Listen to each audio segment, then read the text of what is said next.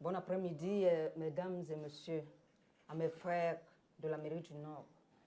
Je suis heureuse de coordonner cette conférence de presse qui a pour objectif principal la présentation du livre intitulé « Yi Nilibak le Mourbinam » qui paraît bientôt, dont l'auteur, c'est un grand avocat dans le barreau camerounais, un homme de culture, un cinéaste, un metteur en scène. Il a tellement de casquettes que je peux pas, j'ai pas le courage de présenter tout, mais je vous dis quand même, c'est un homme de culture que le peuple bassa honore. Et c'est un illustre écrivain, j'ai nommé Maître Nouga. Je vous passe la parole, maître. J'ai l'honneur. Merci, Madame la modératrice, pour votre impressionnante introduction. Je souhaite mériter de tels éloges, mais surtout produire en réalité de la culture. Merci encore. Cette conférence est faite pour présenter cet ouvrage qui est intitulé, comme l'a dit Madame Ginette Kelson, Yi Nilibak Libour Binam. L'ouvrage est intégralement écrit en langue mbéné. C'est l'une des langues de la communauté bassa du Cameroun.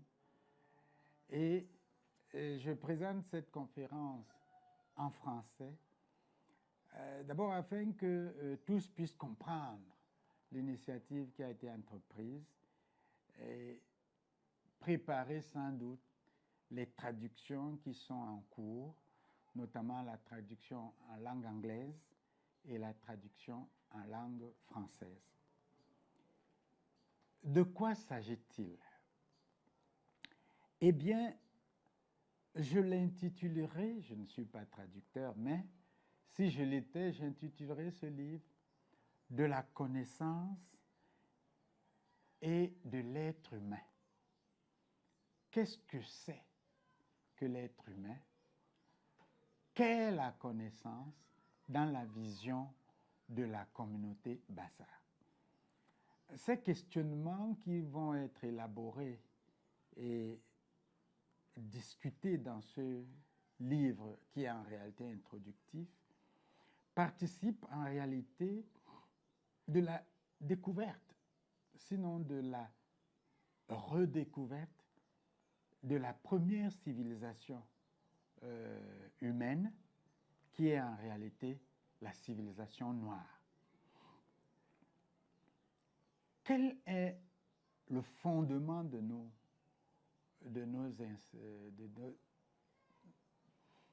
insinuations ou de nos expressions? Que signifie l'être? Que signifie la connaissance? Où la trouver? Comment la trouver? Et surtout, nous prétendons la recherche de la connaissance originelle. Où pouvons-nous la prendre? C'est toutes ces questions dont le lecteur de cet ouvrage doit trouver des réponses. Je ne vais évidemment pas tout répondre. Je vais me contenter de brosser globalement ce que pense la langue mbéné qui est utilisée. Alors, la connaissance, puisqu'il s'agit d'elle, ne peut résulter que de l'usage des sens, des 5 sens de l'humain. Elle produit une connaissance visible. L'usage des sens produit une connaissance visible,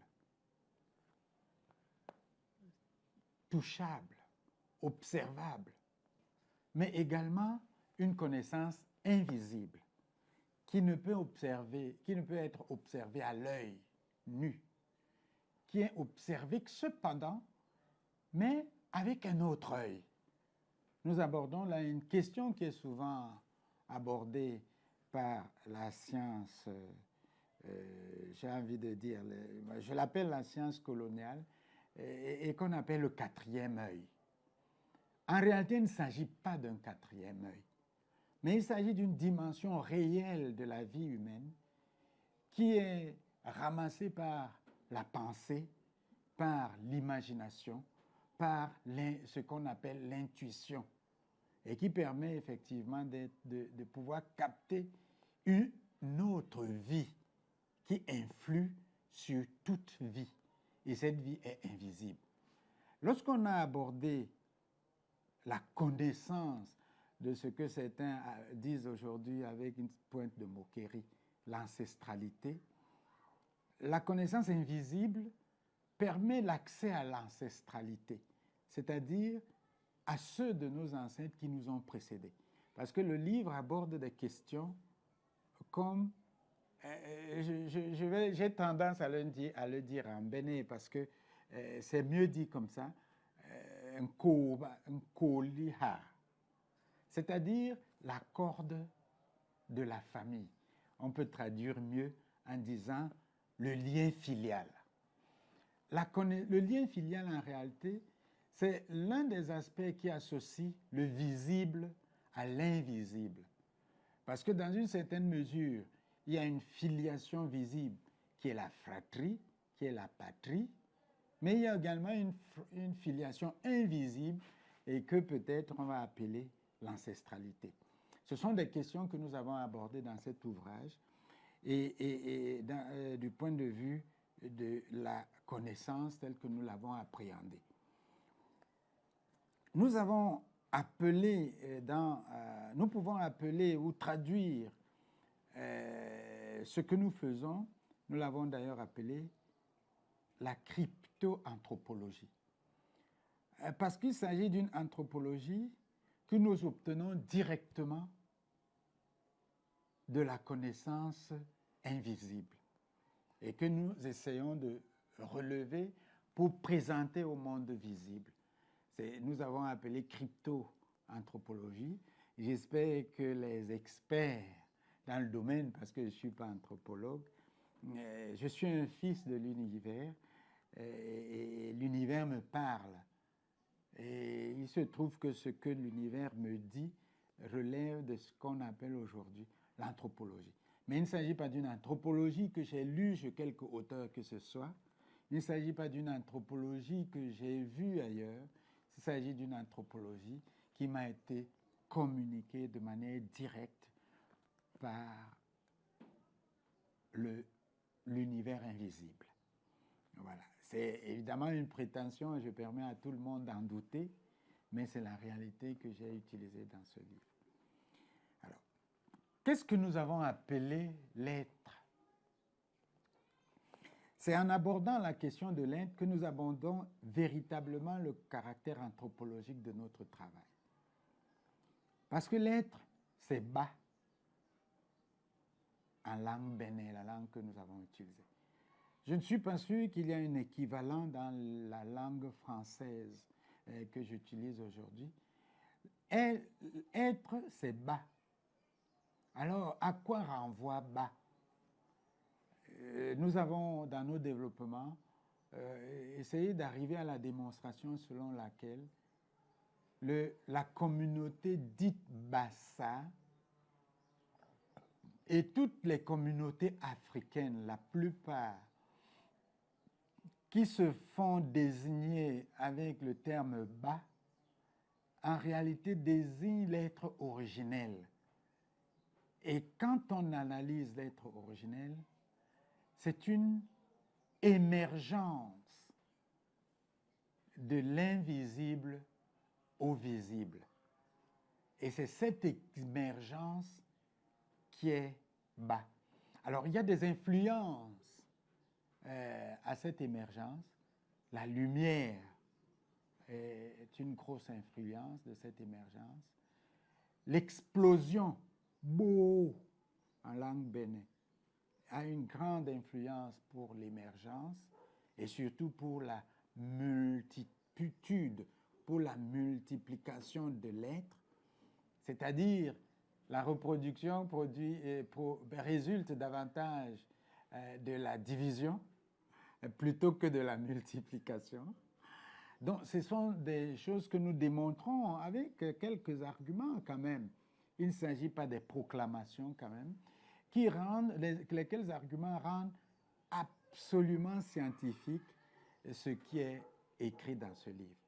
Nous avons donc abordé l'être, et nous avons abordé l'être humain, le bas,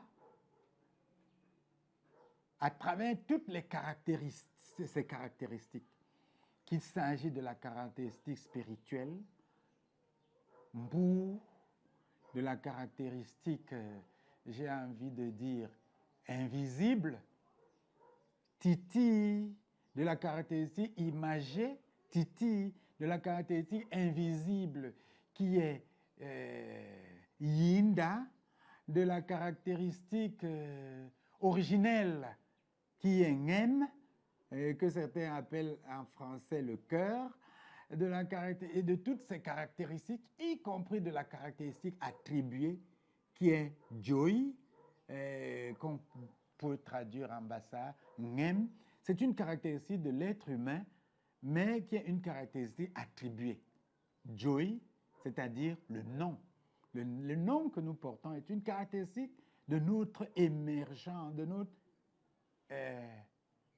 notre sortie de l'invisible. Parce qu'en réalité, nous n'existons pas sans nom. Mais il y a aussi sa caractéristique physique, et qui est nous, etc. Nous avons abordé toutes ces questions dans cet ouvrage en ressortant les applications dans la formation de la société, dans la normalisation sociale de la réalité de l'humanité. Donc, c'est un peu ce que nous avons. Mais nous avons également abordé une question très importante qui est polémique aujourd'hui. Est-ce que le concept de l'émergence universelle est le même pour tous les peuples? Est-ce que c'est le même concept? En d'autres termes, est-ce que la civilisation est universelle? Et nous avons démontré dans cet ouvrage que la civilisation n'est pas universelle. Si l'univers, l'universel ou l'humanité, si on peut le permettre comme ça, résulte d'une unique civilisation originelle qui est, et c'est ça l'un des éléments de la polémique, si l'humanité résulte d'une civilisation unique, originelle, qui est la civilisation noire, il y a eu des manipulations de cette civilisation qui ont abouti à des inversions, et lesquelles inversions ont produit d'autres civilisations. Il y a également des copiages qui ont produit d'autres civilisations, où on peut dire aujourd'hui que la civilisation humaine n'est pas universelle. Ce livre ressort, si vous voulez, la différence entre ces civilisations et surtout appelle à la reconstruction de la civilisation originelle. Nous avons enfin sorti les productions sociales de la vision civilisationnelle des peuples noirs. Et ces productions sociales, qui sont les modalités de normalisation, nous ont paru produire plus d'harmonie que ce que la civilisation que j'appelle romano-judéo-chrétienne, on peut même dire romano-islamico-judéo-chrétienne, ne peuvent pas produire. L'être humain a besoin d'harmonie. Cette harmonie n'est pas seulement une harmonie sociale, mais une harmonie spirituelle, une harmonie, j'ai envie de dire, une harmonie universelle, universelle au sens de l'univers. Et c'est tout cela que nous avons essayé de dire ici. Et je pense que ce livre va sortir, sera disponible dès le 28 août, à l'occasion de l'ouverture du grand congrès Babamna. Je voudrais promettre à l'organisation des bassins pour bâtis de toute l'Amérique du Nord que le Centre culturel Bon Bambok est disposé à collaborer, à travailler avec eux pour la production de la civilisation nouvelle, pour la production des œuvres de la nouvelle modernité. Parce que lorsqu'on aura lu ce livre, on comprendra certainement que la projection de la civilisation coloniale d'aujourd'hui vers demain est une projection erronée qui va aller vers la robotisation et moins vers l'humanité, loin vers l'universalisation. Universalisation au terme de l'ordre naturel de l'univers.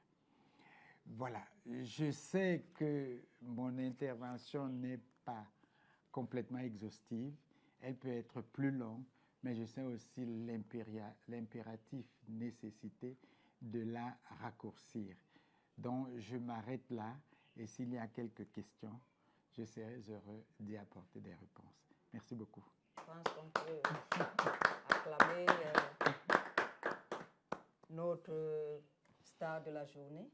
Je pense que nous pouvons nous inspirer à poser une ou deux questions parce que on doit toujours apprendre. On doit toujours apprendre. Donc, sans plus tarder, j'attends vos questions. S'il vous plaît, maître, je me poserai la question à savoir qu'est-ce que la promesse de couverture représente réellement et quelle est la statue qui est préalignée sur cette promesse de couverture. Oui, Oui, madame. Merci. Merci à vous, maître, pour cette présentation. D'abord, je tenais à vous féliciter. Féliciter pour cet ouvrage parce qu'il va nous permettre à nous autres qui n'avons pas de connaissances poussées sur notre civilisation de mieux se renseigner et puis de connaître ce qu'il y a à savoir.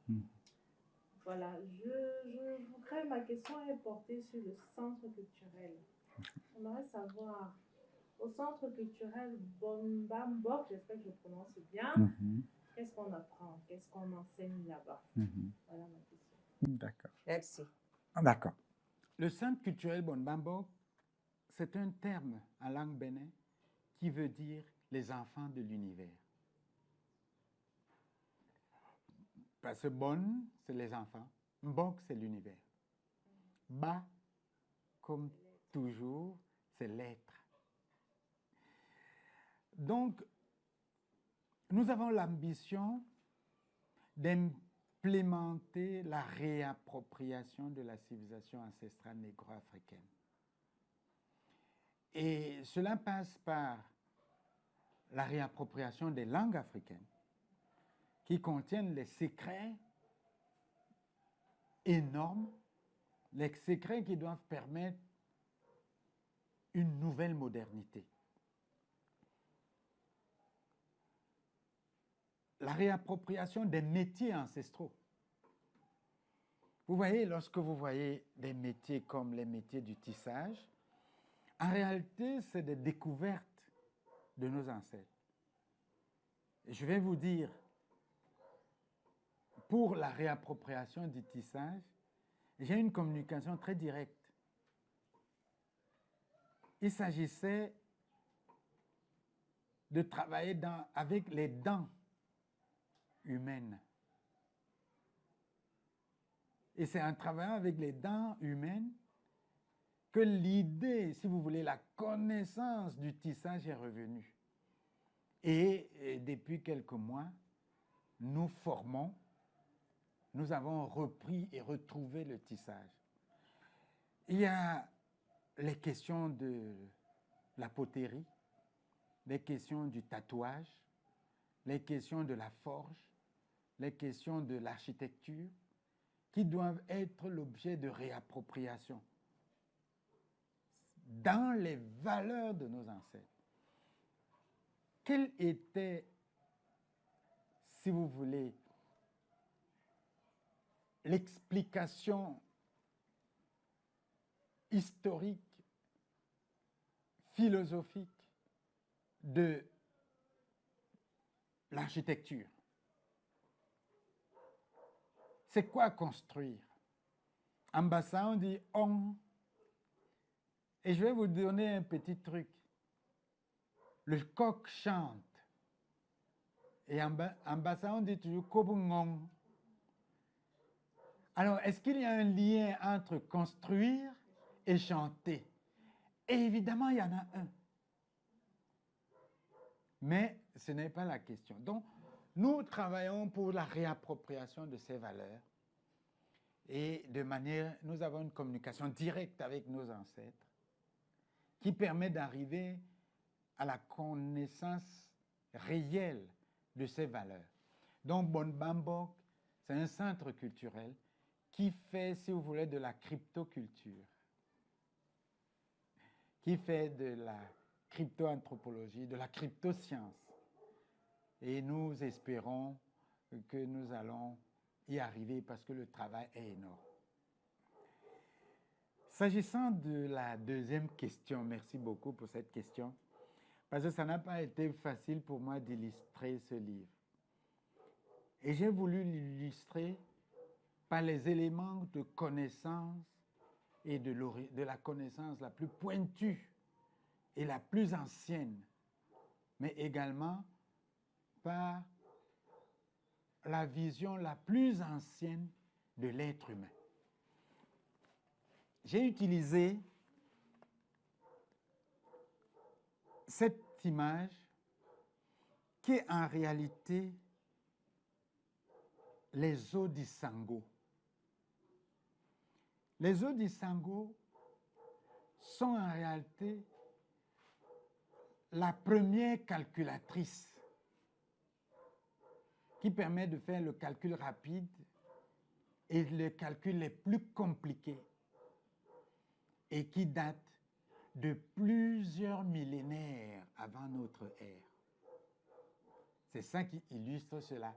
C'est-à-dire, c'est un élément de la connaissance de nos ancêtres.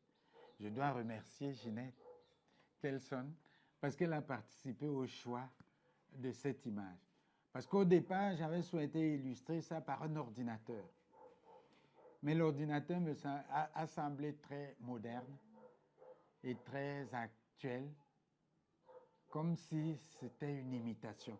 Mais nous avons trouvé. Et ces eaux d'Isango ne sont pas d'ailleurs, c'est des eaux d'Afrique. La deuxième image, c'est la première divinité humanoïde. C'est-à-dire, c'est la première image de Dieu conçue par les humains. Cette image s'appelle, ou ce Dieu s'appelle Bès. Et Bès renvoie en réalité à Bas, dont l'étymologie est bas. Vous vous souvenez le mot bas qu'on a développé dans notre exposé. Alors, ça nous a paru suffisamment illustratif de l'essentiel de ce que nous développons dans cet ouvrage. Je vous remercie beaucoup pour cette question. Oui, madame.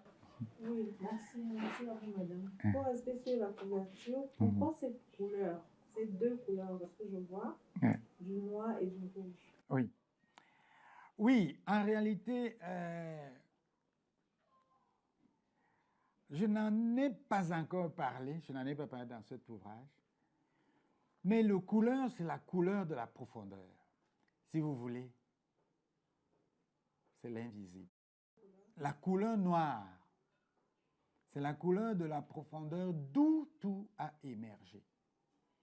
C'est la couleur originelle. C'est pourquoi comme nous sommes à la recherche de la civilisation originelle, nous avons pensé, et je dis toujours, avec le soutien, avec le soutien de Ginette, parce qu'elle a participé au choix de ses couleurs et d'autres collaborateurs, et il a été question que tout émerge à partir de l'invisible, parce que tout a émergé à partir de l'invisible. Alors, le rouge, en réalité, que vous voyez là, n'est pas tout à fait rouge. Il est très, très possible que l'ouvrage, parce que ça, c'est l'échantillon, il est possible que cette couleur change, la couleur de cette critique change, mais elle sera toujours très proche du rouge. Parce que, et je pense que c'est parce que ça se voit mieux sur le noir, et surtout, la chose première qui émerge ou qui facilite la conscience de l'émergence, c'est le feu. Et le rouge, l'or, le jaune, tout ce qui participe à la réalisation de la lumière, c'est ça que nous avons souhaité faire sortir à travers la couverture. Je vous remercie beaucoup pour cette question qui me permet effectivement d'entrer dans une dimension que je n'aurais pas beaucoup d'occasion d'aborder. Alors, mesdames et messieurs, je pense que nous sommes rentrés rassasiés de ces connaissances. Vous savez, on se rassasie de la nourriture, mais la nourriture est éphémère. Après 2 minutes, on a encore envie d'aller manger. Mais avec cette connaissance, je pense que c'est à vie, et c'est aussi pour les enfants qui naissent aujourd'hui, qui n'ont pas de repères. Donc, moi, je sais que Maître Nouga et le centre culturel Bonbambok, je pense que je fais aussi partie de ce centre culturel. Nous sommes là pour rassasier la nouvelle génération qui manque de repères. À l'attention de nos frères d'Atlanta pour le grand congrès, d'accueillir à nouveau, parce que je sais que vous l'avez, le livre de Ginette Kelson, qui va vous faire un petit a cappella de votre hymne pour manifester assez clairement notre présence du Centre culturel Bonbambok avec vous là-bas à l'occasion de ce grand congrès Babamna de l'Amérique du Nord. Ginette? Bo ba me ga be me ma yo ba me hop no le ni le me jem le hop me ngwis ni umi yi ganda be waso na ne gwe le bim ni gwe e kar ni nyo president ga gwe yo ganda bur gwe yo ma poro me yo ganda ni le me kwel mi mu ganda le lam ga kwila nyo ndi le nui le ma rasele le yo ganda John